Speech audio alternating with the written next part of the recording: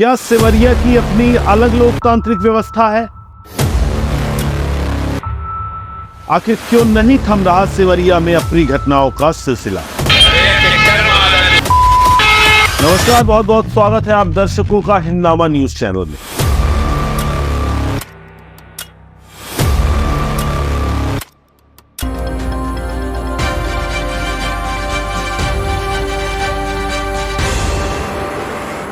दुनिया के सभी लोकतांत्रिक देशों की तरह भारतीय लोकतांत्रिक व्यवस्था भी यही कहती है कि एक बार चुनाव में जो भी जीतकर संवैधानिक जनप्रतिनिधि बन जाएगा वह सार्वभौमिक होगा।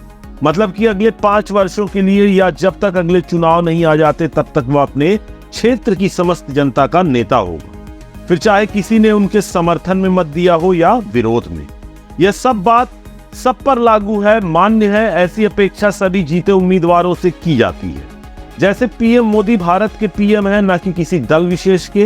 राजेंद्र शुक्ल रीवा विधानसभा की समस्त जनता के नवनिर्वाचित विधायक हैं, फिर चाहे किसी ने उनके समर्थन में वोट किया हो या विरोध में।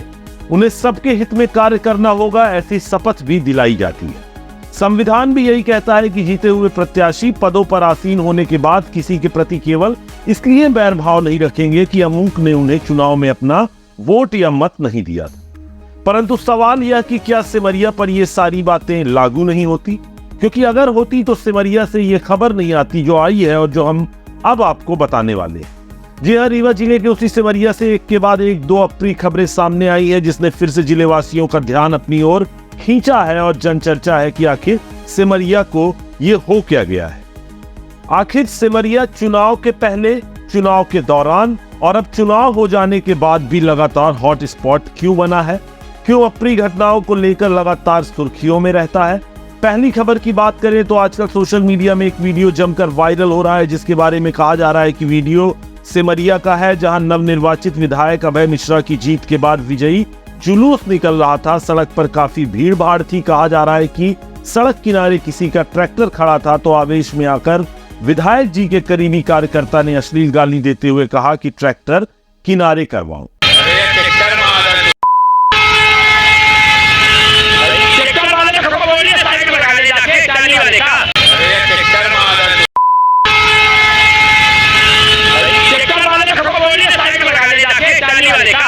ऐसे में ट्रैक्टर ड्राइवर और मालिक, जो कि स्थानीय मतदाता भी होगा और संभव है कि नवनिर्वाचित उम्मीदवार को वोट भी किया हो, ऐसे में ऐसी शानदार उपमा सुनकर उसके दिल पर क्या बीती होगी, या आप दर्शक सहज ही अंदाजा लगा सकते हैं।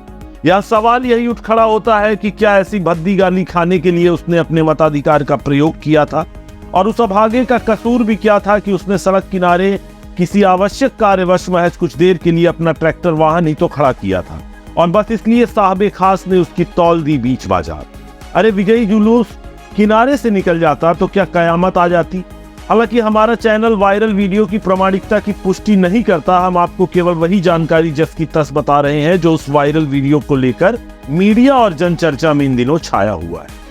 दूसरी दिल को दहला देने वाली, सभ्य समाज को शर्मसार कर देने वाली, हमें चैनल में चलाते वक्त डरा देने वाली खबर भी सेमरिया से ही है, जहां किसी व्यक्ति का सर केवल इसलिए फोड़ दिया गया कि किसी की जमकर कुटाई केवल इसलिए कर दी गई क्योंकि उसने नवनिर्वाचित विधायक जी की जय बोलने से मना कर दिया था।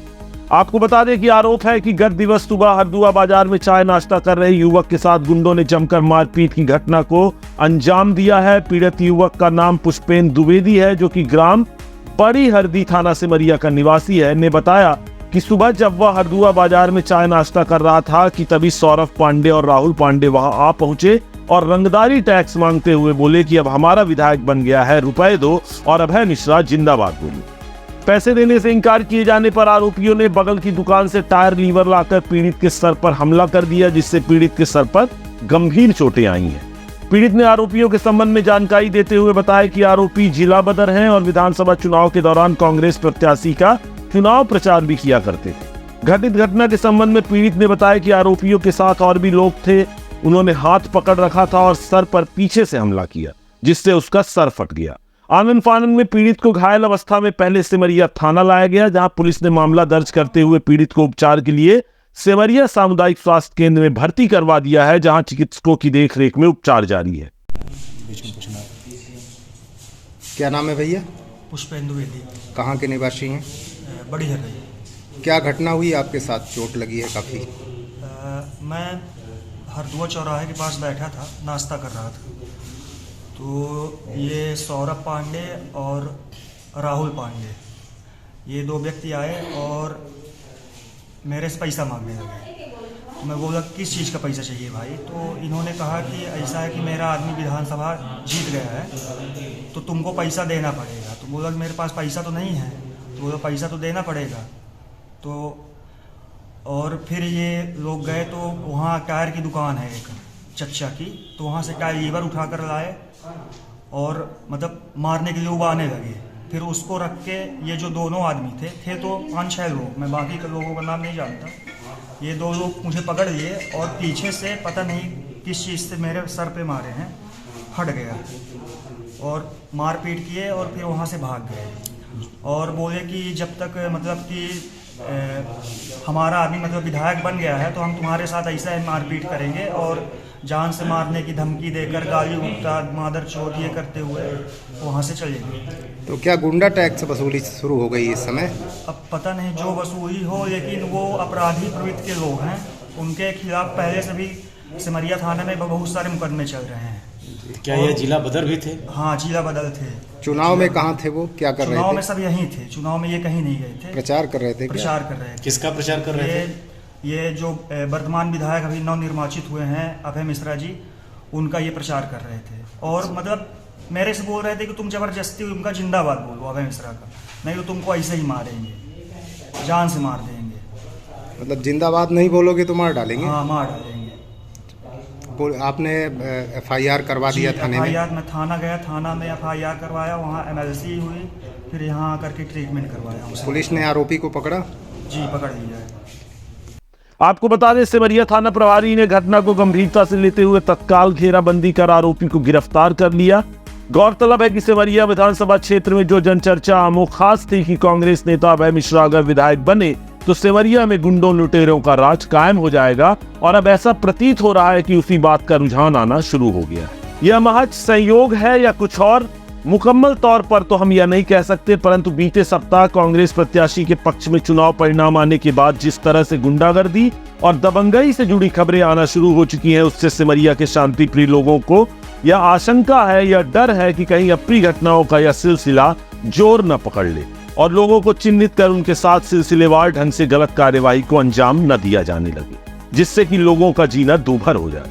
पीड़ित पुष्पेन द्वारा जो आरोप लगाए जा रहे हैं वह काफी गंभीर है, जिनकी सत्यता तो जांच के बाद ही पता चल सकेगी, परंतु एक कहावत तो यह भी है कि धुआं वहीं निकलता है जहां आग लगती है।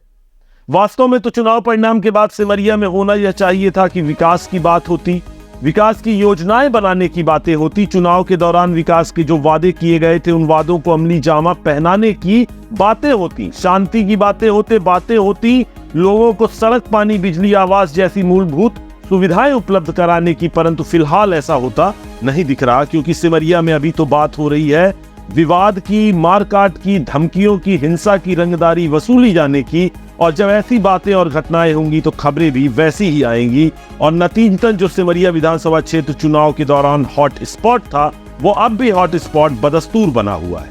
और जिस प्रकार घर की दशा दुर्दशा की जिम्मेवारी उसके मुखिया की होती है, उसी प्रकार विधानसभा की दशा दुर्दशा की भी नैतिक जिम्मेवारी स्थानीय जनप्रतिनिधि विधायक की ही होगी। इससे क्या कोई इनकार कर सकता है?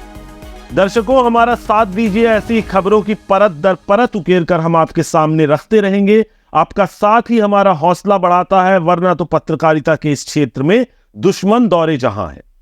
अगली खबर तक के लिए नमस्कार, जय हिंद।